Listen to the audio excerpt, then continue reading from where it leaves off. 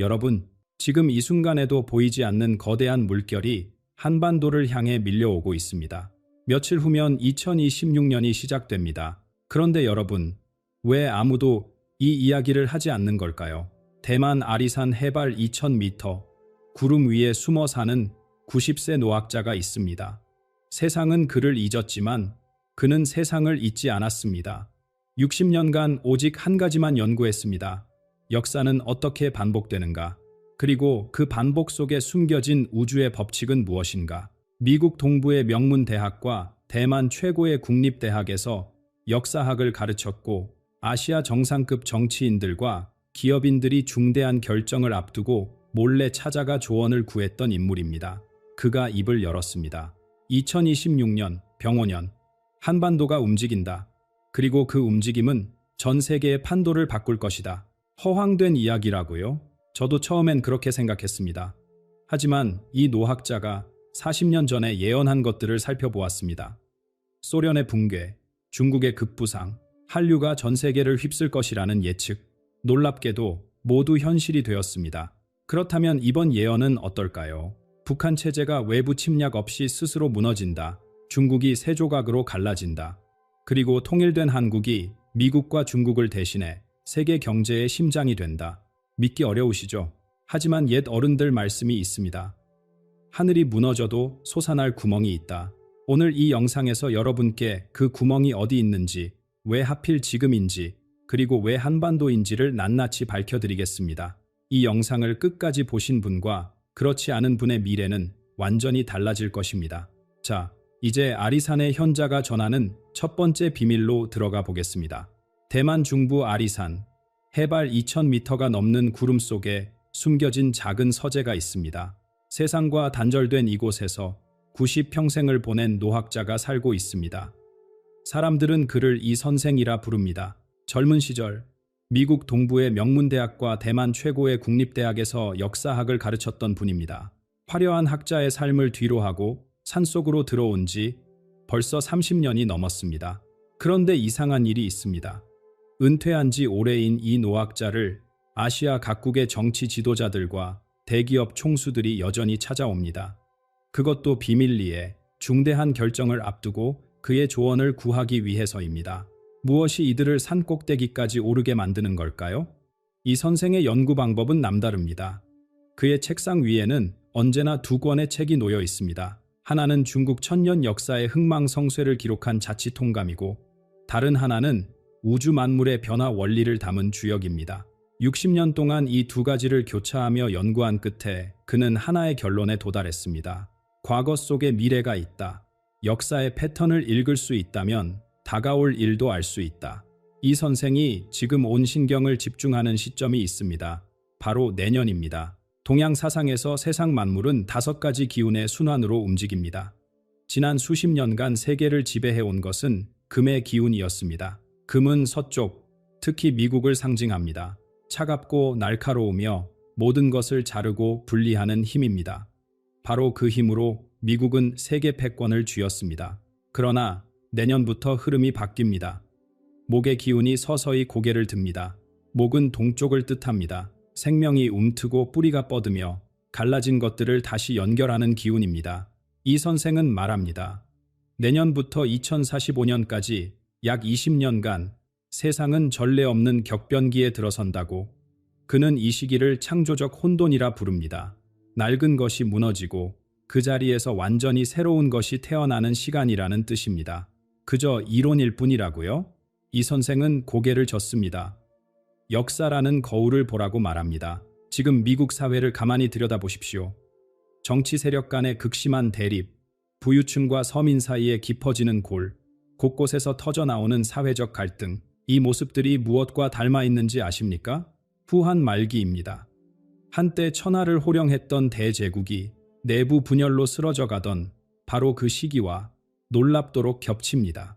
중국도 다르지 않습니다. 청나라 말기에 나타났던 징후들, 중앙 권력의 약화와 지방 세력의 발호, 경제적 불균형과 민심 이반, 이런 현상들이 지금 그대로 재현되고 있습니다. 제국은 영원하지 않습니다. 아무리 강대해 보여도 때가 되면 무너집니다. 그리고 그 자리에 반드시 새로운 세력이 떠오릅니다. 이것이 역사가 우리에게 보여주는 변함없는 진실입니다. 그렇다면 질문이 생깁니다. 이 거대한 변화의 물결 속에서 가장 먼저 움직이는 곳은 어디일까요? 첫 번째 도미노는 어디서 쓰러질까요? 이 선생은 잠시 침묵합니다. 그리고 나지막하지만 확신에 찬 목소리로 한 곳을 지목합니다. 한반도. 더 정확히 말하면 북쪽입니다. 세상 사람들은 북한이 외부의 공격으로 무너질 것이라 생각합니다. 전쟁이 일어나야 변화가 온다고 믿습니다. 하지만 이 선생의 예언은 전혀 다른 그림을 그립니다. 전쟁은 없습니다. 대신 하늘이 직접 쓸어낸다고 합니다. 하늘이 직접 쓸어낸다. 이 선생은 이것을 천소라 부릅니다. 하늘이 스스로 청소한다는 뜻입니다. 많은 사람들이 북한의 변화를 전쟁과 연결짓습니다. 미사일이 날아가고 탱크가 진격하는 장면을 떠올립니다. 하지만 이 선생의 예언은 완전히 다른 방향을 가리킵니다. 외부에서 무너뜨리는 것이 아니라 안에서 스스로 주저앉는다는 것입니다. 옛 어른들 말씀이 있습니다. 아무리 견고한 성도 안에서부터 무너진다고. 겉으로는 철벽처럼 보여도 내부가 썩어 있으면 작은 충격에도 와르르 무너집니다. 북한이 바로 그런 상태라고 이 선생은 진단합니다. 그가 제시하는 붕괴의 시나리오는 세 가지가 동시에 겹치는 것입니다. 첫째는 자연재해입니다. 지진과 가뭄이 연이어 닥칩니다. 이미 취약한 식량 생산 체계가 완전히 마비됩니다. 둘째는 전염병입니다. 의료 시스템이 사실상 존재하지 않는 상황에서 질병이 걷잡을 수 없이 퍼져나갑니다. 셋째는 극심한 굶주림입니다. 배고픔 앞에서는 어떤 이념도 힘을 잃습니다. 이 세 가지가 한꺼번에 들이닥치면 어떻게 될까요? 군대가 흔들립니다. 총을 든 군인도 결국 사람입니다. 가족이 굶어 죽어가는데 충성심만으로 버틸 수 있을까요? 지휘체계가 무너지고 각자 도생의 혼란이 시작됩니다. 여기서 중요한 질문이 떠오릅니다. 중국은 가만히 있을까요? 지금까지 중국은 북한의 든든한 후원자였습니다. 체제가 흔들릴 때마다 손을 내밀어 붙잡아 주었습니다. 그런데 이 선생의 예언에 따르면 이번에는 다릅니다. 중국이 개입하지 못합니다. 아니, 못하는 것이 아니라 할 여력이 없습니다. 왜냐하면 중국 자체가 위기에 빠지기 때문입니다. 이 부분은 뒤에서 자세히 다루겠지만 중국 내부에서 심각한 균열이 시작됩니다. 자기 집에 불이 났는데 남의 집 걱정을 할 수 있겠습니까? 결국 북한 땅은 주인 없는 빈산이 됩니다. 예로부터 이런 상황을 무주공산이라 불렀습니다. 주인이 없는 텅 빈 땅이라는 뜻입니다. 권력의 공백 상태가 만들어지는 것입니다. 그런데 이것은 비극이 아닙니다. 오히려 천재일우의 기회입니다. 이 선생은 이 과정을 고구려의 부활이라 표현합니다. 통일은 무력으로 이루어지지 않습니다. 총칼이 아니라 따뜻한 손길로 완성됩니다. 남쪽에서 식량과 의약품을 보냅니다. 의료진이 들어가 아픈 사람들을 치료합니다. 첨단 기술이 무너진 사회 기반을 다시 세웁니다. 마치 오랫동안 헤어져 있던 가족이 다시 만나듯 한 민족이 자연스럽게 하나로 합쳐집니다. 정복이 아니라 품어 안는 것입니다. 이렇게 통일된 한반도는 완전히 새로운 모습으로 거듭납니다. 한반도 지도를 떠올려 보십시오. 우리 땅의 생김새가 무엇을 닮았다고 했습니까? 호랑이입니다. 그런데 지금 이 호랑이는 허리가 잘린 채 웅크리고 있습니다. 분단이 호랑이의 척추를 끊어놓은 것입니다. 통일이 되면 이 척추가 다시 이어집니다. 웅크렸던 호랑이가 일어나 기지개를 맵니다. 반도에 갇혀있던 나라가 대륙과 연결됩니다. 시베리아의 자원, 유럽으로 향하는 철도, 거대한 물류의 중심지, 한반도가 동북아시아의 심장부로 떠오르는 것입니다. 이 선생은 덧붙입니다. 단순히 땅이 넓어지는 것이 아니라고, 자원을 확보하고 대륙과 해양을 잇는 관문이 되어 세계 경제의 핵심 통로로 부상한다고 말합니다. 한반도에 이런 거대한 변화가 일어나는 동안 서쪽의 거인은 정반대의 운명을 맞이합니다. 통일된 한국이 힘차게 일어서는 그 시점에 중국이라는 거대한 용은 스스로 세 조각으로 갈라지기 시작합니다. 천년을 이어온 거대한 용이 스스로 몸을 찢습니다. 이 선생의 예언 중에서 가장 충격적인 부분이 바로 이것입니다. 중국이라는 거대한 제국이 세 개의 조각으로 갈라진다는 것입니다. 불과 몇 년 사이에 벌어질 일이라고 합니다. 어떻게 그런 일이 가능할까요? 이 선생은 두 가지 균열의 씨앗을 지목합니다. 첫 번째는 메울 수 없는 빈부격차입니다. 상하이와 광저우의 해안 도시들을 떠올려 보십시오. 번쩍이는 고층 빌딩, 세계적인 기업들, 넘쳐나는 부. 그런데 같은 나라 안에서 서쪽 내륙으로 들어가면 풍경이 완전히 달라집니다. 하루 벌어 하루 먹기도 힘든 농민들, 낙후된 기반시설, 희망이 사라진 마을들, 같은 하늘 아래 두 개의 완전히 다른 세상이 공존하고 있는 것입니다. 이 격차가 이미 한계점에 다다랐다고 이 선생은 말합니다. 불만이 쌓이고 분노가 끓어오르고 있습니다. 두 번째 균열은 자연이 만듭니다. 황하의 물이 마르고 있습니다. 중국 문명의 젖줄이라 불리던 그 강이 기후변화로 서서히 말라가고 있는 것입니다. 물이 없으면 농사를 지을 수 없습니다. 농사가 안 되면 먹을 것이 없습니다. 굶주린 사람들이 가만히 앉아 있을까요? 이 두 가지가 결합되면 베이징의 중앙 권력은 통제력을 잃습니다. 멀리 떨어진 지방까지 손을 뻗을 힘이 사라지는 것입니다. 그 결과 중국은 세계의 세력권으로 쪼개집니다. 마치 삼국시대가 다시 오는 것처럼 첫 번째 세력은 해안 지역입니다. 상하이와 광저우를 중심으로 한 이 지역은 이미 막대한 부를 축적했습니다. 첨단 기술과 글로벌 무역 네트워크를 갖추고 있습니다. 이들은 생존을 위해 서방 국가들 그리고 통일 한국과 손을 잡으려 할 것입니다. 두 번째 세력은 내륙의 반란입니다. 스녜 지역을 중심으로 굶주린 농민들이 들고 일어납니다. 역사 속에서 수없이 반복되어 온 장면입니다. 먹을 것이 없을 때 사람들은 목숨을 걸고 싸웁니다. 세 번째 세력은 베이징을 중심으로 한 북부입니다. 군사력과 정치 권력은 여전히 쥐고 있지만 돈이 없습니다. 경제가 무너진 상태에서 군대를 유지하고 영토를 통제하는 것은 점점 불가능해집니다. 세 세력이 서로 다른 방향을 바라보며 싸웁니다. 하나였던 용이 머리셋 달린 괴물로 변하는 것입니다. 이것이 한반도의 어떤 의미일까요? 이 선생은 말합니다. 수천 년간 한반도를 짓눌러 온 무게가 사라진다고 생각해 보십시오. 우리 역사에서 중국은 언제나 거대한 그림자였습니다. 그 눈치를 보고 그 압력을 견디며 살아왔습니다. 그런데 그 거인이 자기 문제로 정신이 없어진다면, 남의 나라에 간섭할 여유가 없어진다면 한반도에 처음으로 진정한 자유의 공간이 열립니다. 더 나아가 경제적 기회가 찾아옵니다. 중국 동북부 만주 지역을 떠올려 보십시오.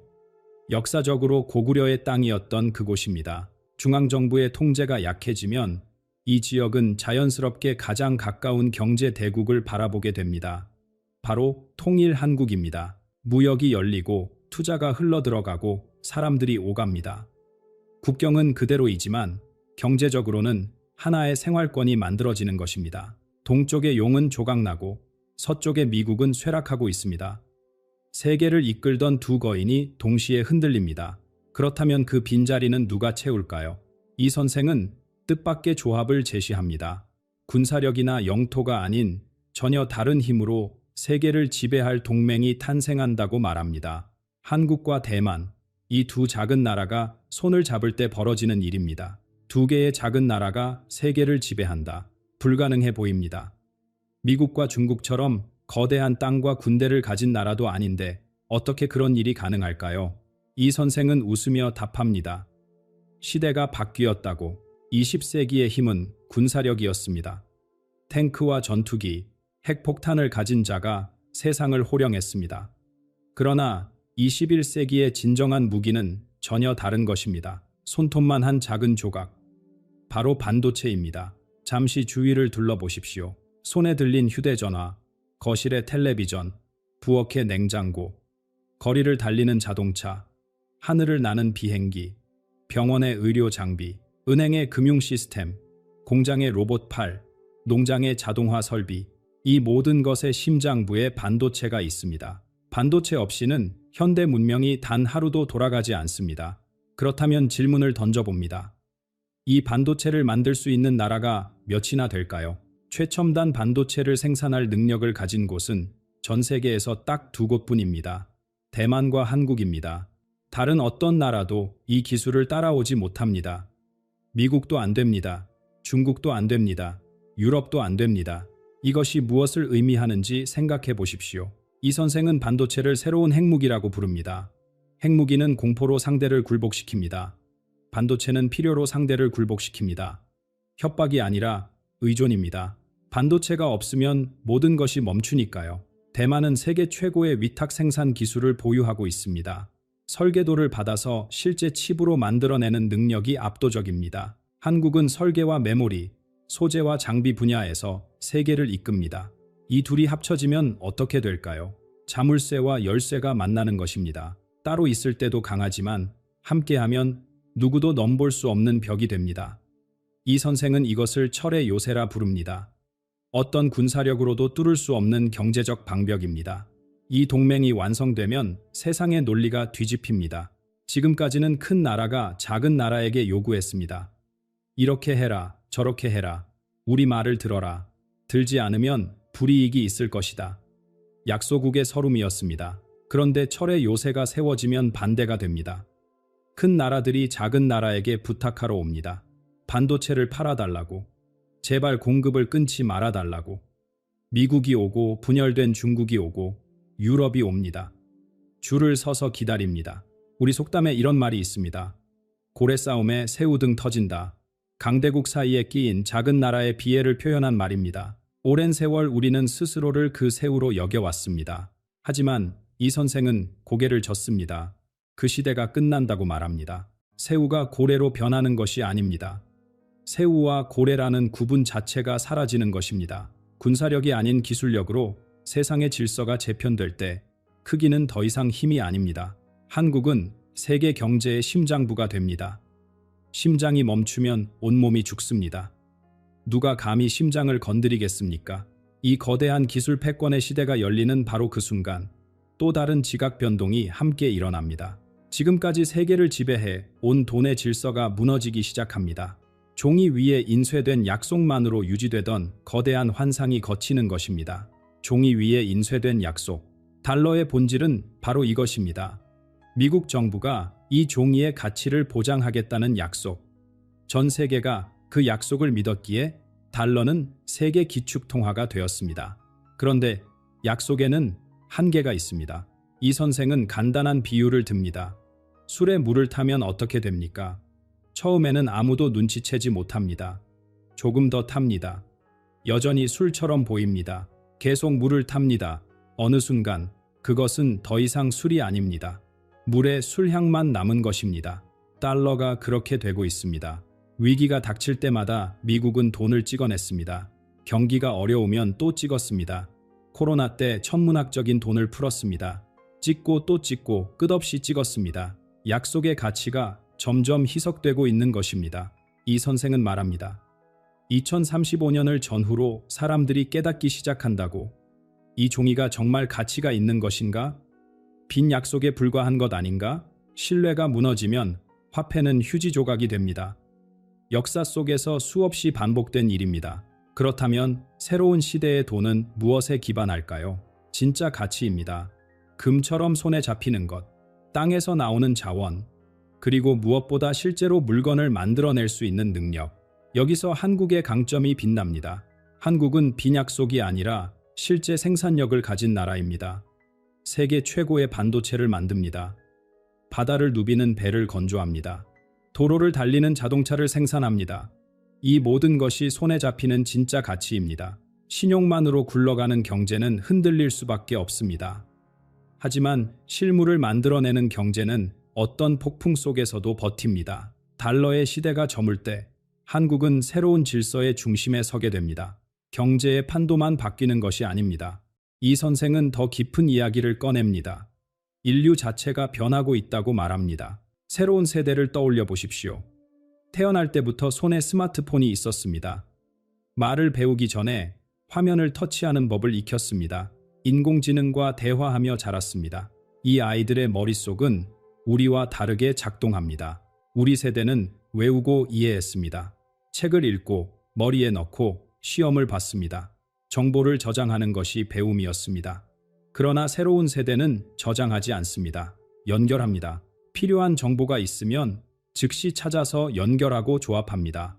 컴퓨터가 데이터를 처리하는 방식과 비슷합니다.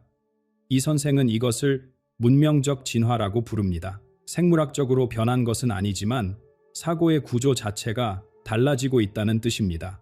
인간과 기계의 경계가 흐려집니다. 이 새로운 문명이 가장 먼저 꽃피울 곳은 어디일까요? 이 선생은 단호하게 답합니다. 한국이라고. 왜 한국일까요? 빨리빨리 문화 때문입니다. 세계에서 가장 빠른 인터넷, 가장 빠른 배송, 가장 빠른 적응력, 때로는 비판받기도 했던 이 성급함이 새로운 시대에는 최고의 무기가 됩니다. 변화가 빠른 시대에는 빠르게 적응하는 자가 살아남습니다. 어떤 민족이 변화에 가장 빠르게 반응합니까? 한국인입니다. 더 나아가 한국은 인간과 인공지능이 어떻게 함께 살아갈 것인지 그 기준을 세우는 나라가 됩니다. 기술만 앞서가는 것이 아닙니다. 그 기술을 인간답게 사용하는 방법을 전 세계에 제시하는 것입니다. 물질과 기술의 지각 변동이 휩쓸고 지나갑니다. 경제가 재편되고 세대가 교체되며 세상의 모습이 완전히 달라집니다. 그런데 이 선생은 여기서 멈추지 않습니다. 가장 중요한 이야기가 남았다고 합니다. 이 모든 외적 변화 속에서 정작 사람들이 놓치고 있는 것이 있습니다. 마음의 준비입니다. 마음의 준비. 이 선생은 지금까지 이야기한 모든 것을 한순간에 무의미하게 만들 수 있는 것이 바로 이것이라고 말합니다. 아무리 세상이 좋아져도 마음이 준비되지 않으면 그 축복을 받아들일 수 없다고.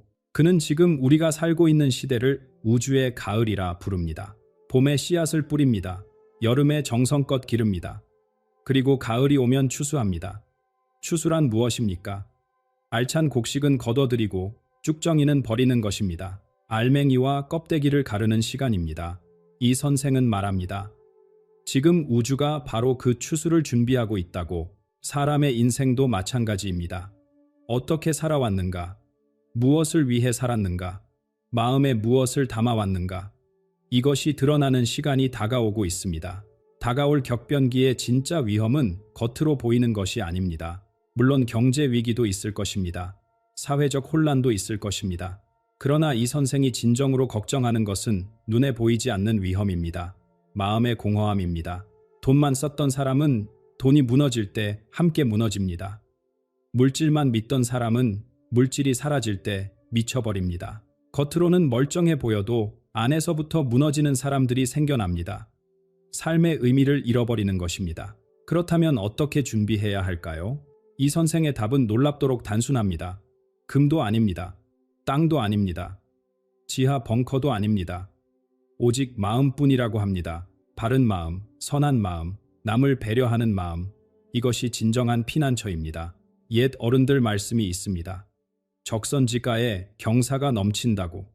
선을 쌓은 집안에는 반드시 좋은 일이 생긴다는 뜻입니다. 이것이 단순한 도덕적 교훈이 아닙니다. 우주의 법칙입니다. 바른 마음을 가진 사람에게서는 바른 기운이 납니다. 눈에 보이지 않지만 분명히 존재합니다.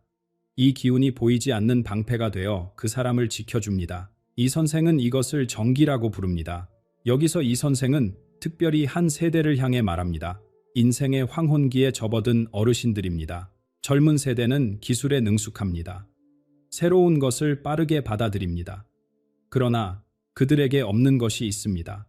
세월이 가르쳐주는 지혜입니다. 삶의 무게를 견뎌본 사람만이 알 수 있는 것들입니다. 따뜻한 정의 소중함, 가족이라는 울타리의 의미, 어려움을 참고 견디는 힘, 사람과 사람 사이의 예의. 이런 것들은 인터넷에서 배울 수 없습니다. 오직 살아온 사람만이 전해줄 수 있습니다. 새로운 시대가 아무리 찬란해도 인간다움을 잃으면 그것은 문명이 아닙니다. 기계와 다를 바 없습니다. 어르신들이 바로 그 인간다움의 뿌리를 지키는 파수꾼입니다. 마지막으로 이 선생은 한국의 궁극적인 사명에 대해 말합니다. 한국은 단순히 잘 사는 나라로 그치지 않습니다. 반도체 강국, 기술 강국으로 머물지 않습니다. 더 큰 역할이 기다리고 있습니다. 우리 민족의 건국 이념을 떠올려 보십시오. 널리 인간을 이롭게 한다. 홍익인간입니다. 수천 년 전 선조들이 품었던 이 이상이 마침내 세계적으로 실현될 때가 다가오고 있습니다. 기술과 정신의 조화, 물질과 영혼의 균형, 동양과 서양의 연결. 이 모든 것을 아우르는 다리가 되는 것입니다. 이 선생은 한국을 동방의 등불이라 부릅니다. 어두운 밤에 길을 밝히는 등불, 혼란의 시대의 방향을 제시하는 빛, 혼돈은 끝이 아닙니다. 새로운 시작을 위한 정리입니다. 묵은 것을 쓸어내고 새 것을 세우기 위한 과정입니다. 그 중심에 한반도가 서게 됩니다. 이 선생의 마지막 당부입니다. 마음의 그릇을 준비하라고 합니다. 다가올 통일과 번영의 시대를 담아낼 수 있는 넓고 깊은 그릇을 만들라고 합니다. 아무리 좋은 물도 그릇이 없으면 담을 수 없습니다. 아무리 큰 복도 받아들일 준비가 안 되면 흘러가 버립니다. 지금 이 영상을 보고 계신 한 분 한 분의 마음 그릇은 어떤 모양입니까? 얼마나 넓고 얼마나 깊습니까? 격변의 시대가 다가오고 있습니다. 두려워하며 웅크릴 수도 있습니다. 희망을 품고 준비할 수도 있습니다. 선택은 각자의 몫입니다. 다만 한 가지는 분명합니다. 준비된 자에게 미래는 재앙이 아니라 축복입니다. 오늘 이 이야기를 들으며 어떤 생각이 드셨는지 댓글로 나눠주십시오. 한 분의 이야기가 다른 분에게 큰 힘이 됩니다. 우리 함께 새로운 시대를 준비합시다. 한국이 운명의 갈림길에 섰습니다. 지금 이 순간 하늘에서 내려온 예언이 대한민국을 향해 전달됐습니다. 미국의 예언자 줄리 그린. 그녀는 이렇게 말했습니다. 한국에 대한 긴급한 메시지를 받았습니다. 20년간 세계 정세를 정확히 예언해온 그녀. 이번에는 한국입니다. 일본, 중국까지 동시에 움직입니다. 왜 지금 한국이 중심이 되는 걸까요? 그 예언의 전말과 앞으로 우리에게 다가올 변화, 지금부터 공개합니다. 끝까지 함께해 주십시오. 그녀의 생방송은 예고 없이 시작되었습니다. 줄리 그린은 평소처럼 따뜻한 인사로 방송을 여는 사람입니다. 시청자들과 안부를 나누고 기도로 시작하며 차분하게 메시지를 전하는 것이 그녀의 방식이었습니다. 그런데 그날은 달랐습니다. 카메라가 켜지자마자 그녀는 곧바로 말하기 시작했습니다. 눈빛에는 급박함이 서려 있었고 손은 미세하게 떨리고 있었습니다. 무언가 엄청난 것을 막 목격한 사람의 표정이었습니다.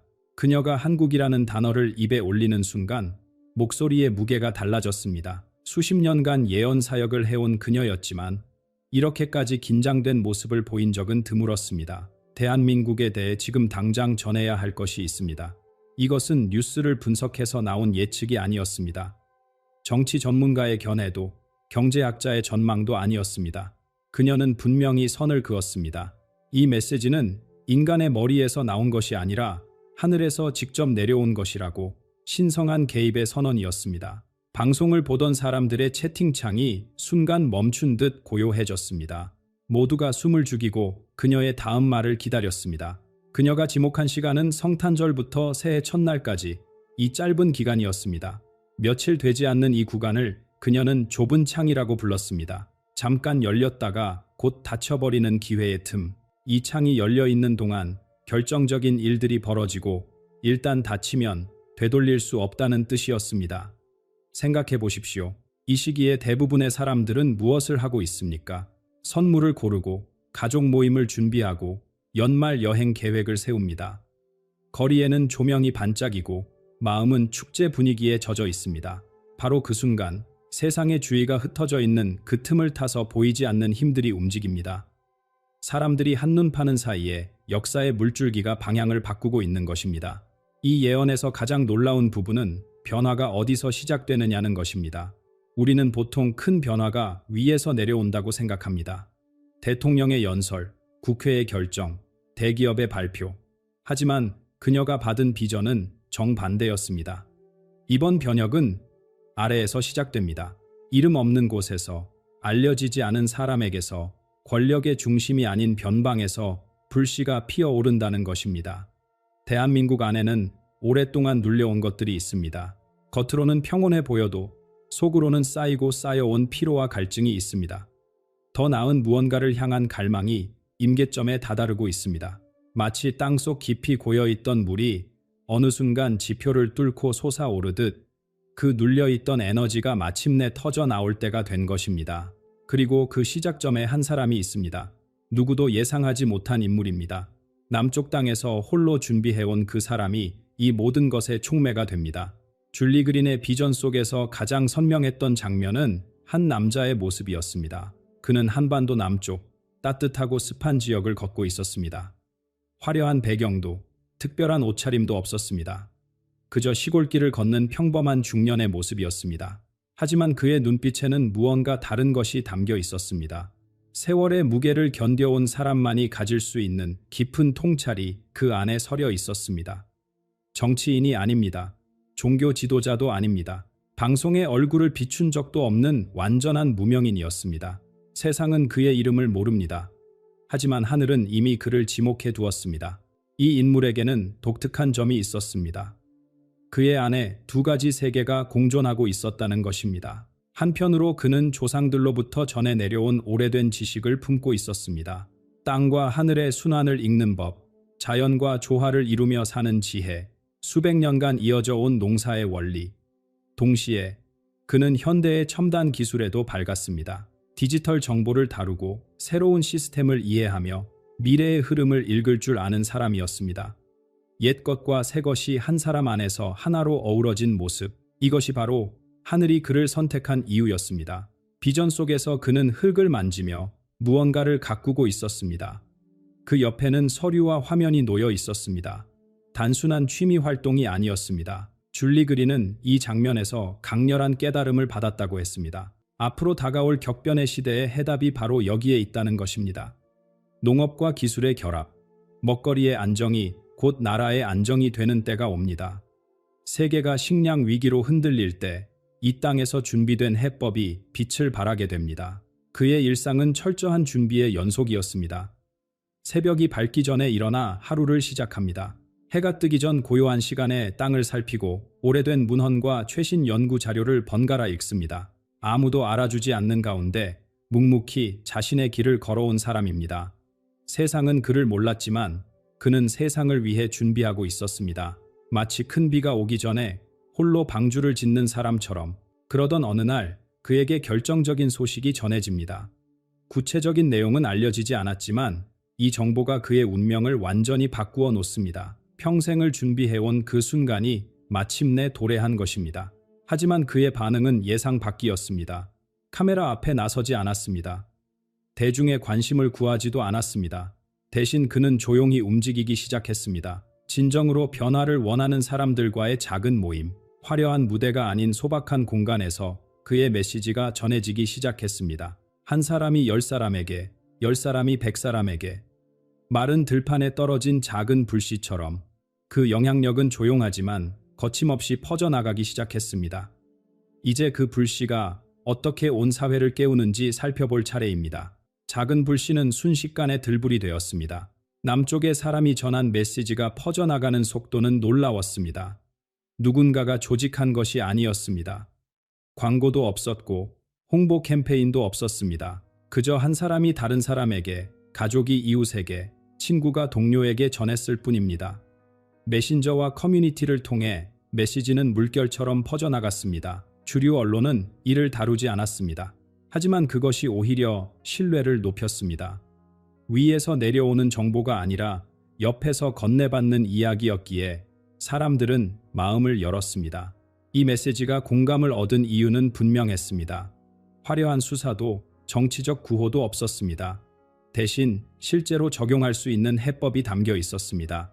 조상들이 지켜온 지혜를 오늘에 되살리는 방법, 흔들리는 경제 속에서 자립하는 길, 불확실한 내일을 준비하는 구체적인 방안. 사람들은 이것이 정치인의 공약이 아님을 직감했습니다. 진심에서 우러나온 비전이었습니다. 기존 권력은 이를 막으려 했습니다. 출처를 의심하고 신뢰를 깎아내리려 했습니다. 하지만 진실의 속도를 따라잡을 수는 없었습니다. 막으려 할수록 더 빠르게 퍼졌습니다. 새해가 밝아오면서 눈에 보이는 변화가 나타나기 시작했습니다. 남쪽의 사람이 제시한 농업 지식이 실제로 적용되면서 예상치 못한 결실이 맺어졌습니다. 식량 자급의 가능성이 높아지고 새로운 농업 기술이 세계의 주목을 받았습니다. 온 세상이 식량 위기를 걱정하는 시점에 이 땅에서 해법이 싹트고 있었습니다. 원화의 가치가 달라지기 시작했습니다. 세계의 투자자들이 한반도를 새로운 눈으로 바라보았습니다. 반도체 강국을 넘어 지속 가능한 혁신의 중심지로서의 가능성을 본 것입니다. 전통 지혜와 첨단 기술의 융합이라는 모델은 다른 어느 나라에서도 찾아보기 어려운 것이었습니다. 경제적 변화만큼 놀라운 것은 사회 내부의 변화였습니다. 오랫동안 이 땅을 괴롭혀온 세대 간 갈등이 누그러지기 시작했습니다. 젊은 세대는 어르신들의 경험에서 가치를 발견했고, 어르신들은 젊은이들의 새로운 시도를 응원하게 되었습니다. 남쪽의 사람이 보여준 옛것과 새것의 조화가 사회 전체로 스며든 것입니다. 나이를 넘어 손을 맞잡는 모습이 곳곳에서 나타났습니다. 시민들의 눈빛도 달라졌습니다. 수동적으로 뉴스를 받아들이던 사람들이 스스로 정보를 확인하고 투명함을 요구하기 시작했습니다. 빈말의 약속으로는 더 이상 만족하지 않는 깨어있는 시민들이 늘어났습니다. 진짜 개혁을 외치는 목소리가 높아졌고, 이 내부의 힘은 점점 강해져 갔습니다. 이 에너지는 국경 안에만 머물지 않았습니다. 안에서 타오른 불빛이 밖으로 비쳐나가기 시작했습니다. 휴전선 너머로, 서쪽 대륙으로, 동쪽 섬나라로, 대한민국 내부의 각성이 이웃 나라들에게 어떤 파장을 일으키는지 이제 그 이야기를 시작할 때입니다. 대한민국 안에서 피어오른 변화의 불빛은 국경을 넘어 비쳐나가기 시작했습니다. 휴전선 너머 북녘 땅에 가장 먼저 파장이 전해졌습니다. 그런데 이번에는 양상이 달랐습니다. 미사일도 군사적 위협도 제재 강화도 아니었습니다. 남쪽에서 넘어온 것은 총탄이 아니라 정보였습니다. 풍요의 소식이었습니다. 남쪽에서 농업혁명이 일어나고 있다는 이야기, 사람들이 먹거리 걱정 없이 살아간다는 소문이 조금씩 스며들었습니다. 공식 매체는 이를 막으려 했지만 입에서 입으로 전해지는 이야기까지 틀어막을 수는 없었습니다. 대비는 너무나 선명했습니다. 북쪽에서는 여전히 식량이 부족하고 남쪽에서는 새로운 농법으로 풍성한 수확을 거두고 있다는 사실, 이 간극을 설명할 방법이 없었습니다. 수십 년간 유지해온 이야기가 흔들리기 시작했습니다. 우리가 더 우월하다는 주장이 현실 앞에서 빛을 잃어갔습니다. 안에서 불만의 목소리가 새어나왔습니다. 고위층에서조차 동요의 조짐이 감지되었습니다. 총 한 방 쏘지 않고 진실만으로 균열이 생기기 시작한 것입니다. 서쪽 대륙의 거대한 나라도 흔들림을 피할 수 없었습니다. 중국 내부에서는 이미 여러 갈래로 금이 가고 있었습니다. 젊은 세대의 일자리 문제, 지역 간 불균형에 대한 불만, 중앙정부에 대한 신뢰 약화, 이미 쌓여있던 긴장이 한계점에 다다르고 있었습니다. 일부 지역에서는 재정적 자율성을 요구하는 움직임이 나타났고, 거대한 체제의 통제력이 예전 같지 않았습니다. 이런 상황에서 자본의 흐름이 바뀌기 시작했습니다. 불안정한 환경을 피해 기업과 투자자들이 안전한 곳을 찾았습니다. 그 시선이 향한 곳은 새롭게 떠오르는 대한민국이었습니다. 기회의 땅으로서 한반도의 매력이 높아진 것입니다. 베이징은 이에 대응하려 했지만 강압적 방식은 오히려 더 많은 이탈을 불러왔습니다. 아시아의 경제 지도가 조용히, 그러나 확실하게 다시 그려지고 있었습니다. 이 모든 흐름이 합쳐지면서 대한민국의 위상이 근본적으로 달라졌습니다.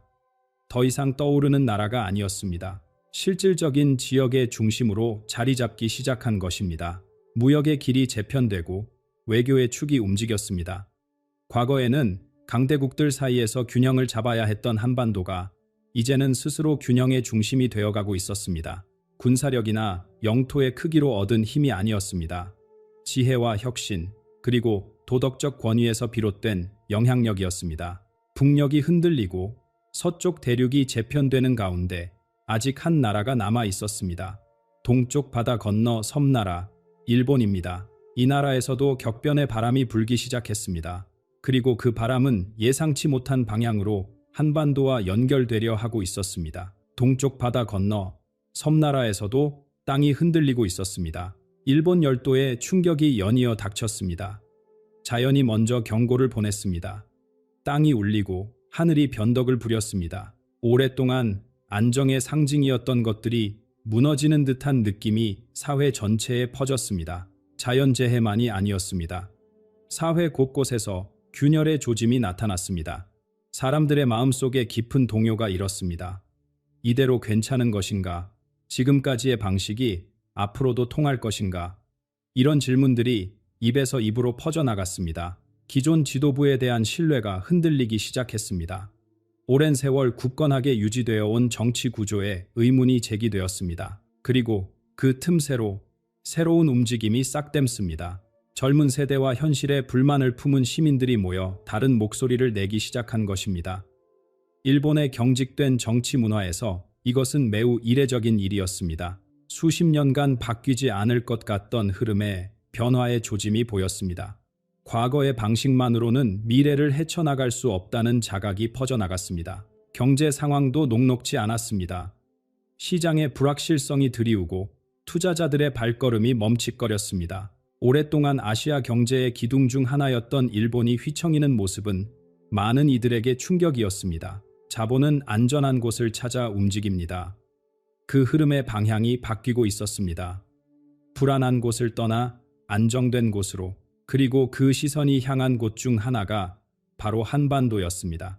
일본인들의 시선이 달라지기 시작했습니다.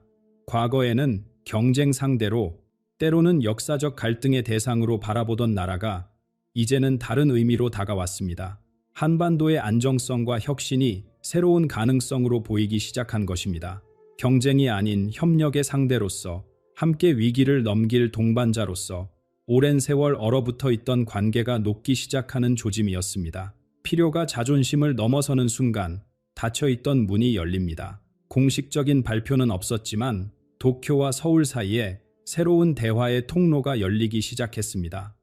일본 측의 필요에서 비롯된 실용적 접근이었습니다. 과거의 상처를 당장 치유할 수는 없어도 지금의 위기를 함께 넘기자는 손길이었습니다. 대한민국은 이를 따뜻하게, 그러나 당당하게 받아들였습니다. 새로운 관계에서 한반도는 받는 쪽이 아니라 이끄는 쪽에 서게 되었습니다. 도움을 주는 위치, 중재하는 역할, 길을 제시하는 자리, 역사상 처음 있는 일이었습니다. 이제 모든 흐름이 한 점을 향해 모여들고 있었습니다. 대한민국의 각성, 북녘의 동요, 서쪽 대륙의 재편, 동쪽 섬나라의 변화, 이 모든 선들이 하나의 순간으로 수렴하고 있었습니다. 줄리 그린이 예언한 그 절정의 순간, 세 나라가 동시에 발표하는 그날이 다가오고 있었습니다. 모든 강물이 바다로 흘러가듯 모든 흐름이 하나의 순간으로 모여들었습니다. 줄리 그린의 예언 중 가장 놀라운 부분이 바로 이것이었습니다. 한국, 중국, 일본, 이 세 나라가 거의 같은 시기에 결정적인 발표를 하게 된다는 것입니다. 서로 조율한 것이 아닙니다. 각자의 내부 사정에 따라, 각자의 타이밍에 따라 움직였는데 그것이 마치 보이지 않는 손에 이끌린 것처럼 한 시점에 모입니다. 우연이라고 하기에는 너무나 완벽한 타이밍입니다. 세계의 눈이 동아시아로 쏠립니다. 국제사회가 숨을 죽이고 지켜봅니다. 전문가들은 이 동시다발적 변화의 의미를 분석하느라 분주해집니다. 대한민국에서는 근본적인 재편이 선언됩니다.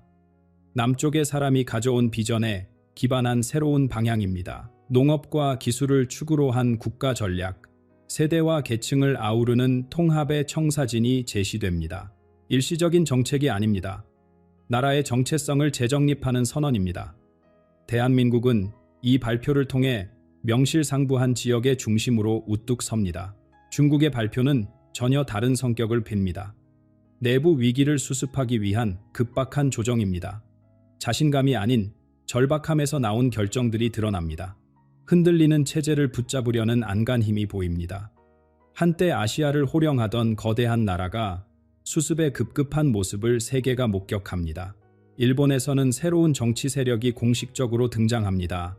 오랜 세월 굳어있던 권력 구조에 균열이 생기고 젊은 세대와 시민들의 목소리가 제도권 안으로 들어옵니다. 섬나라의 정치 지형이 달라지는 역사적 순간입니다. 세 나라의 발표가 이토록 대조적이면서도 동시에 일어난다는 것. 이것이 바로 예언이 말한 역사의 분기점입니다. 하나의 시대가 저물고 새로운 시대가 열리는 것입니다. 아시아의 판도가 다시 짜이는 순간입니다. 이 모든 것이 지나간 후 아시아는 빠른 속도로 재건의 시기에 들어갑니다. 그 중심에 대한민국이 있습니다. 무력이 아닌 지혜로, 강압이 아닌 도덕적 권위로 얻은 자리입니다. 그리고 남쪽의 사람은 어떻게 되었을까요? 그는 여전히 새벽에 일어나 땅을 돌봅니다. 권력을 탐하지 않았기에 권력에 휘둘리지 않습니다. 명예를 구하지 않았기에 명예에 집착하지 않습니다. 하지만 모든 사람이 압니다. 이 거대한 변화의 시작점에 그가 있었다는 것을. 하늘이 보낸 작은 불씨가 바로 그였다는 것을. 역사는 지금 이 순간에도 다시 쓰여지고 있습니다. 눈을 크게 뜨고 지켜보십시오. 귀를 기울이십시오. 앞으로 며칠, 몇 주 동안 뉴스에서 어떤 소식이 들려오는지 주목하십시오. 오늘 들은 이야기를 기억해 두십시오. 그리고 직접 확인하십시오. 예언이 현실이 되는 그 순간을. 지금까지 함께 해주셔서 감사합니다. 오늘 전해드린 이야기는 단순한 예측이 아닙니다. 줄리 그린이 받은 비전, 그 안에 담긴 메시지는 분명합니다. 변화는 이미 시작되었습니다. 남쪽의 사람은 준비를 마쳤고 대한민국은 각성하고 있으며 주변 나라들은 흔들리고 있습니다. 세 나라의 동시 발표가 다가오고 있습니다. 이 모든 것이 우연히 겹친 것일까요? 아니면 보이지 않는 손이 역사의 페이지를 넘기고 있는 것일까요? 옛 어른들은 말씀하셨습니다. 하늘의 때를 아는 자가 땅의 변화를 이끈다고. 지금이 바로 그때입니다. 눈을 감고 있으면 보이지 않습니다. 귀를 막고 있으면 들리지 않습니다. 하지만 깨어있는 사람에게는 모든 것이 보입니다. 신문의 작은 기사 속에서, 뉴스의 짧은 자막 속에서, 주변 사람들의 대화 속에서 징조가 나타납니다. 앞으로 며칠, 몇 주 동안 세상이 어떻게 움직이는지 지켜보십시오. 한국에서, 중국에서, 일본에서 어떤 소식이 들려오는지 주목하십시오. 그리고 오늘 이 영상에서 들은 내용을 떠올려 보십시오. 하나씩 맞아 들어가는 것을 직접 확인하시게 될 것입니다. 이 영상을 보면서 마음에 와닿은 것이 있으셨습니까? 어떤 생각이 스쳐 지나갔습니까? 댓글로 나누어 주십시오. 혼자만의 깨달음보다 함께 나누는 깨달음이 더 큽니다. 이 영상이 의미 있었다면 주변의 소중한 분들과 나누어 주십시오. 함께 깨어 있을 때 더 많은 것을 볼 수 있습니다. 구독과 알림 설정을 해두시면 다음 영상에서 더 깊은 이야기로 찾아뵙겠습니다. 예언의 성취 여부를 함께 확인해 나가겠습니다. 하늘의 때가 왔습니다. 깨어 계십시오. 한국은 곧 새로운 영토를 갖게 될 것입니다. 이 놀라운 예언은 전쟁 시나리오를 짜던 전직 펜타곤 전략가 예레미야 벤스 목사로부터 나왔습니다. 그는 40일간의 금식 기도 중 빛으로 덮인 한반도를 보았습니다. 그 지도는 피가 아닌 빛으로 그려져 있었습니다. 북한의 붕괴, 전쟁 없는 통일, 백두산의 비밀 에너지, 그리고 한국의 영적 부흥. 지금부터 그 모든 예언을 공개합니다. 끝까지 함께해 주십시오. 이 이야기는 우연히 여러분에게 온 것이 아닐 수 있습니다. 그렇다면 이 예레미야 벤스라는 사람은 대체 누구일까요? 텍사스 외곽의 작은 교회. 매주 일요일이면 백발의 노인이 강단에 섭니다. 온화한 눈빛, 차분한 목소리. 겉보기에는 평범한 시골 목사입니다. 그러나 그의 과거를 아는 사람은 거의 없습니다. 벤스 목사는 젊은 시절 워싱턴의 그림자 속에서 일했습니다. 공식 직함은 없었습니다. 하지만 펜타곤의 고위 장성들이 동아시아 정세를 논의할 때면 항상 그가 불려갔습니다. 사람들은 그를 조용히 숨겨진 목소리라 불렀습니다. 그의 전문 분야는 한반도였습니다. 전쟁이 터지면 어떤 시나리오가 펼쳐질지, 얼마나 많은 민간인이 희생될지, 이 모든 것을 계산하고 보고서로 작성했습니다. 20년이 넘도록 그렇게 살았습니다. 그런데 어느 날 그의 내면에서 무언가가 무너지기 시작했습니다.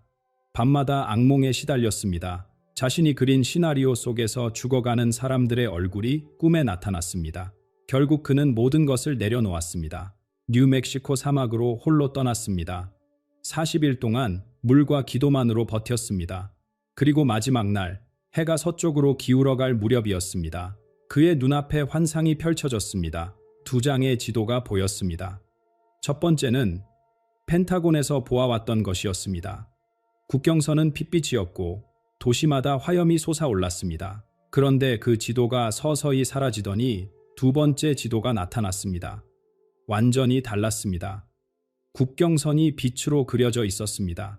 한반도 위로 거대한 황금빛 기둥이 솟아오르고 있었습니다. 그 빛은 점점 퍼져 아시아 전체를 감싸더니 마침내 온 세계를 비추었습니다. 벤스는 그 자리에서 무릎을 꿇었습니다. 20년간 전쟁의 지도를 그려온 이유를 마침내 깨달았습니다. 전쟁을 준비하기 위함이 아니었습니다. 전쟁이 일어나지 않을 길을 발견하기 위함이었습니다. 환상 속에서 그는 시간표도 보았습니다. 머지않아 세계는 격변의 시기에 접어듭니다. 많은 나라가 혼란에 빠질 것입니다. 하지만 그 어둠 속에서 한 나라만이 빛을 발합니다. 그 나라가 바로 대한민국이었습니다. 사막에서 돌아온 후 그는 작은 교회의 목사가 되었습니다. 오랜 세월 침묵했습니다. 하지만 지금 그가 본 시간이 다가오고 있기에 입을 열기로 결심했습니다. 그렇다면 한반도에 무슨 일이 일어난다는 것일까요? 그가 본 첫 번째 장면은 모두의 예상을 뒤엎는 것이었습니다. 전쟁이 아니었습니다. 군사 전문가들은 한결같이 예측해왔습니다. 한반도 통일은 피로 얼룩질 것이라고, 수백만의 희생자가 나올 것이라고. 그래서 통일은 두려움의 대상이 되어버렸습니다. 하지만 벤스 목사가 본 장면은 전혀 달랐습니다. 그는 이것을 위대한 고요라 불렀습니다. 북쪽 정권은 미사일에 의해 무너지지 않았습니다. 외부의 공격도 없었습니다. 마치 모래성이 바람에 쓰러지듯 내부에서부터 조용히 무너져 내렸습니다. 수십 년간 쌓여온 모순들이 한꺼번에 터져 나왔습니다. 굶주림, 질병, 그리고 더 이상 숨길 수 없는 진실들. 어느 날 아침, 세상은 깨어나 보니 철조망이 열려 있었습니다. 벤스 목사는 그 다음 장면을 전하며 목이 메었다고 합니다. 남쪽의 군인들이 북으로 달려갔습니다. 그런데 그들의 손에는 총이 없었습니다. 대신 빵 상자와 의약품을 들고 있었습니다. 탱크 대신 구급차가 휴전선을 넘었습니다. 이것은 침략이 아니었습니다. 귀향이었습니다. 70년 넘게 북녘 하늘을 바라보며 기도해온 어머니들이 있었습니다. 두고 온 형제를, 고향을 그리며 눈물로 세월을 보낸 분들, 그 기도가 마침내 응답받는 순간이었습니다. 분단의 상징이었던 비무장지대, 그곳에 변화가 찾아왔습니다. 지뢰밭이었던 땅에 꽃이 피기 시작했습니다. 철조망이 걷히고 그 자리에 나무가 심어졌습니다. 세계에서 가장 삭막했던 경계선이 치유의 정원으로 변모했습니다. 통일 이후의 혼란을 걱정하는 목소리도 있었습니다. 그러나 벤스 목사는 한국인의 특별한 능력을 보았다고 합니다. 빠르게 움직이는 힘, 위기 앞에서 하나로 뭉치는 저력, 북쪽 지역의 행정체계가 놀라운 속도로 안정을 찾아갔습니다. 주변 강대국들이 개입할 틈조차 없었습니다. 오히려 한국의 영향력은 북쪽을 넘어 더 멀리 뻗어나갔습니다. 만주 지역의 동포들이 자연스럽게 한국과 연결되기 시작했습니다. 군사적 점령이 아니었습니다. 경제와 문화의 힘이었습니다. 한 민족이 다시 하나가 되는 것. 그것은 시작에 불과했습니다. 하지만 여기서 의문이 생깁니다. 갑작스러운 통일은 엄청난 비용을 필요로 합니다. 작은 나라가 어떻게 이 모든 것을 감당할 수 있을까요? 벤스 목사는 미소를 지으며 대답했습니다. 하늘은 이미 준비해 두었다고. 그 해답은 민족의 영산 아래 잠들어 있다고. 민족의 영산, 백두산. 벤스 목사가 펜타곤에서 일하던 시절 그의 책상 위에는 흥미로운 위성 사진이 있었습니다. 백두산 일대를 촬영한 것이었는데 과학자들도 설명하지 못하는 이상한 점이 있었습니다. 그 지역에서 정체불명의 에너지 반응이 감지되고 있었던 것입니다. 지질학적으로는 해명되지 않았습니다. 군사 전문가들은 고개를 갸웃거렸습니다. 그저 분류되지 않은 채 서류함 속에 묻혀있던 자료였습니다. 그런데 사막에서의 기도 중에 벤스 목사는 그 비밀을 이해하게 되었습니다. 백두산은 단순한 산이 아니었습니다. 그것은 이 땅의 심장이었습니다. 동양의 전통에서 말하는 기운의 중심, 지구 전체의 에너지가 모이는 곳이었습니다. 수천 년간 그 힘은 잠들어 있었습니다. 그러나 이제 깨어날 때가 다가오고 있었습니다. 통일 이후 얼마 지나지 않아 놀라운 발견이 이루어집니다. 백두산 지하에서 전혀 새로운 물질이 발견됩니다. 벤스 목사는 이것을 미래의 불꽃이라 불렀습니다. 지금까지 알려진 어떤 자원보다 강력한 에너지원, 히토류보다 귀하고 석유보다 효율적인 물질. 이 발견이 세상을 뒤흔듭니다. 인공지능 반도체, 양자 컴퓨터, 우주항공산업, 미래 기술의 핵심에 이 물질이 필요하게 됩니다. 그리고 그것은 오직 한반도에만 존재합니다. 북쪽 땅이 달라지기 시작합니다. 평양이 변모합니다. 개성이 깨어납니다. 신의주가 일어섭니다. 한때 어둠 속에 잠겨있던 도시들이 이제 밤새도록 불을 밝힙니다. 세계 최첨단 산업단지가 들어섭니다. 잠들지 않는 공장들이 쉼 없이 돌아갑니다. 한국은 더 이상 자원을 수입하는 나라가 아닙니다. 자원을 공급하는 나라가 됩니다. 기술을 선도하는 나라가 됩니다. 세계의 지도자들이 서울을 찾아옵니다. 협력을 요청하기 위해, 배움을 구하기 위해 작은 반도가 세계 경제의 심장으로 떠오릅니다. 벤스 목사는 말했습니다. 이것은 우연이 아니라고. 하늘이 오랜 세월 준비해온 선물이라고. 고난의 역사를 견뎌온 민족에게 주어지는 보상이라고. 그런데 한국이 이렇게 번영하는 동안 주변 나라들은 어떻게 될까요? 벤스 목사가 본 다음 장면은 더욱 놀라웠습니다. 오랜 세월 한국을 억눌러 왔던 이웃 강대국들.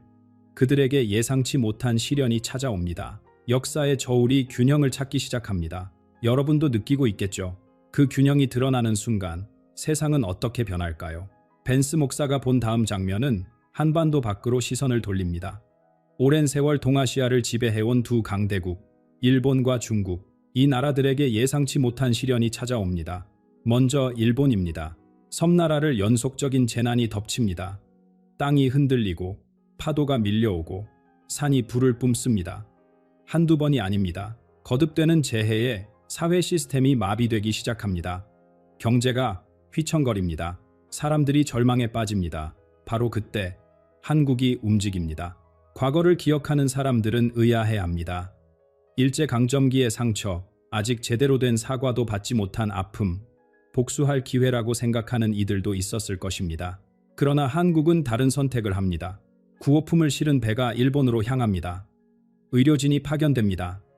이재민을 위한 임시 주거지가 세워집니다. 원수를 갚는 대신 손을 내밀었습니다. 벤스 목사는 이것을 도덕적 승리라 불렀습니다. 군사력이 아닌 자비로 얻는 승리. 과거의 가해자가 고개를 숙이고 감사를 표합니다. 강요가 아닌 진심에서 우러난 존경이었습니다. 한편 대륙에서는 더 큰 변화가 일어납니다. 거대한 이웃 나라가 흔들리기 시작합니다. 겉으로는 강해 보였지만 속은 텅 비어 있었습니다. 부동산 시장이 무너집니다. 빈부 격차가 폭발합니다. 지방과 중앙의 갈등이 심화됩니다. 마치 오래전 여러 나라로 쪼개져 싸우던 시절로 돌아가는 듯 했습니다. 혼란 속에서 자본이 탈출하기 시작합니다. 부유층과 기업인들이 안전한 곳을 찾아 떠납니다. 그들이 향한 곳은 서울이었습니다. 안정적이고 기술이 발달하고 무엇보다 신뢰할 수 있는 나라. 서울이 아시아 금융의 새로운 심장으로 떠오릅니다. 동남아시아 나라들도 변화의 바람을 느낍니다. 베트남, 인도네시아, 필리핀. 그들은 새로운 파트너를 찾습니다. 강압이 아닌 협력을, 착취가 아닌 상생을 제안하는 나라. 그 나라가 바로 한국이었습니다. 미국조차 인정합니다. 태평양의 중심이 바뀌었다고. 새로운 시대의 핵심 파트너는 더 이상 예전과 같지 않다고.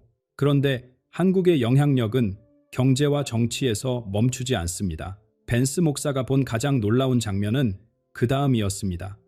물질적으로 풍요로운 서양 세계가 한국에 무언가를 구하러 옵니다. 돈으로 살 수 없는 것, 기술로 만들 수 없는 것. 벤스 목사가 본 미래의 서양 세계는 풍요로웠습니다. 배고픔은 사라졌습니다. 물질적 결핍은 해결되었습니다. 그런데 사람들의 눈빛은 공허했습니다. 우울증이 만연했습니다. 외로움이 전염병처럼 퍼졌습니다. 가정은 무너지고 세대 간의 연결은 끊어졌습니다. 기계와 대화하는 시간이 사람과 대화하는 시간보다 길어졌습니다. 물질의 풍요 속에서 영혼이 굶주리고 있었습니다. 사람들은 묻기 시작했습니다. 기술이 발전할수록 왜 우리는 더 외로워지는가? 편리해질수록 왜 더 불행해지는가? 인간다움을 잃지 않으면서 현대 사회를 살아가는 방법은 없는가? 그때 세계의 시선이 한국을 향합니다. 한국에는 무언가 다른 것이 있었습니다. 급속한 발전을 이루면서도 잃지 않은 것들. 부모를 공경하는 마음, 이웃과 정을 나누는 문화, 혼자가 아닌 함께를 중시하는 공동체 의식. 서양의 학자들이 연구하기 시작합니다. 언론이 주목합니다. 사람들이 관심을 갖습니다. 한류의 새로운 물결이 일어납니다. 노래와 드라마를 넘어선 흐름이었습니다. 벤스 목사는 이것을 영혼의 한류라 불렀습니다. 한국의 정신적 가치가 세계로 퍼져나가는 현상. 외국의 부모들이 자녀를 한국으로 보내기 시작합니다. 최첨단 기술을 배우러 오는 것이 아니었습니다. 인간으로서 어떻게 살아야 하는지 배우러 오는 것이었습니다. 효도란 무엇인지, 공동체 안에서 어떻게 조화롭게 살아가는지, 한국어의 위상도 달라집니다. 국제회의에서 한국어가 울려 퍼집니다. 지식인들 사이에서 한국어를 배우는 것이 교양의 상징이 됩니다. 영적 깊이를 담은 언어, 섬세한 감정을 표현할 수 있는 언어로 인정받습니다. 한반도 자체가 순례지가 됩니다. 전 세계에서 사람들이 이 땅을 찾아옵니다. 성지를 방문하듯 영적 충전을 위해, 삶의 의미를 찾기 위해, 오래된 종교 도시들과 어깨를 나란히 하는 새로운 영적 중심지, 벤스 목사는 말했습니다. 한국은 세계의 물질이 아닌 영혼의 양식을 제공하게 될 것이라고. 그러나 이 영광스러운 미래에는 조건이 붙어 있습니다. 벤스 목사는 희망찬 예언을 마친 후 갑자기 표정이 엄숙해졌습니다. 이 모든 것이 자동으로 이루어지는 것은 아니라고. 한국인들이 반드시 지켜야 할 것들이 있다고. 이 모든 것이 자동으로 이루어지는 것은 아닙니다. 벤스 목사의 얼굴에서 미소가 사라졌습니다. 목소리가 낮아졌습니다. 그는 경고를 전해야 했습니다. 역사 속에서 많은 나라가 축복을 받았습니다. 그러나 그 축복을 끝까지 지킨 나라는 드뭅니다. 왜였을까요? 교만 때문이었습니다. 힘을 얻자마자 그 힘으로 다른 이들을 짓밟았기 때문입니다. 벤스 목사는 말했습니다. 촛대는 옮겨질 수 있다고. 한국에 주어진 이 놀라운 미래, 그것은 조건부입니다. 만약 한국이 과거의 강대국들처럼 오만해진다면 그 빛은 다른 곳으로 옮겨갈 것입니다. 성숙한 지도자의 나라가 되느냐, 또 다른 억압자가 되느냐, 그 선택은 한국인들의 손에 달려 있습니다. 그래서 벤스 목사는 세 가지를 당부했습니다. 첫째, 용서와 포용입니다. 악을 악으로 갚지 마십시오. 과거에 상처를 준 이웃이 어려움에 빠졌을 때 손을 내미십시오. 일본이 재난으로 고통받을 때 도우십시오. 중국이 혼란에 빠졌을 때 문을 열어주십시오. 복수가 아닌 자비로 역사를 새로 쓰십시오. 둘째, 도덕적 회복입니다. 물질의 풍요가 영혼을 좀먹지 않게 하십시오. 옛 선비들의 정신을 기억하십시오. 청렴함과 정직함, 옳은 것을 옳다 말할 수 있는 용기, 부패와 탐욕을 거부하십시오. 겉으로는 번영하되 속으로는 썩어가는 나라가 되지 마십시오. 셋째, 널리 인간을 이롭게 하십시오. 이 땅의 건국 이념을 잊지 마십시오. 한 나라의 이익만을 위해 달리지 마십시오. 한국의 번영이 세계의 번영으로 이어지게 하십시오. 받은 만큼 나누고 얻은 만큼 베푸십시오. 벤스 목사는 마지막 장면을 이렇게 전했습니다. 텍사스의 새벽. 그는 동쪽을 바라보며 기도합니다. 아직 해가 뜨지 않은 어둠 속에서, 그러나 곧 빛이 올 것을 알기에 기다립니다. 지금 한반도가 겪고 있는 모든 어려움, 그것은 끝이 아닙니다. 새로운 시작을 앞둔 진통입니다. 위대한 사명을 감당할 나라로 태어나기 위한 산고입니다. 벤스 목사는 눈을 감고 나지막이 말했습니다. 빛은 이미 동방에서 시작되었습니다. 이 오래된 예언자의 질문이 이제 우리 앞에 놓여 있습니다. 이 예언을 어떻게 받아들이시겠습니까? 누군가는 황당한 이야기라 여길 수 있습니다. 또 누군가는 가슴 깊은 곳에서 울림을 느꼈을 수도 있습니다. 어느 쪽이든 괜찮습니다. 다만 한 가지는 분명합니다. 우리가 살아가는 이 시대, 이 땅에는 분명 특별한 무언가가 있습니다.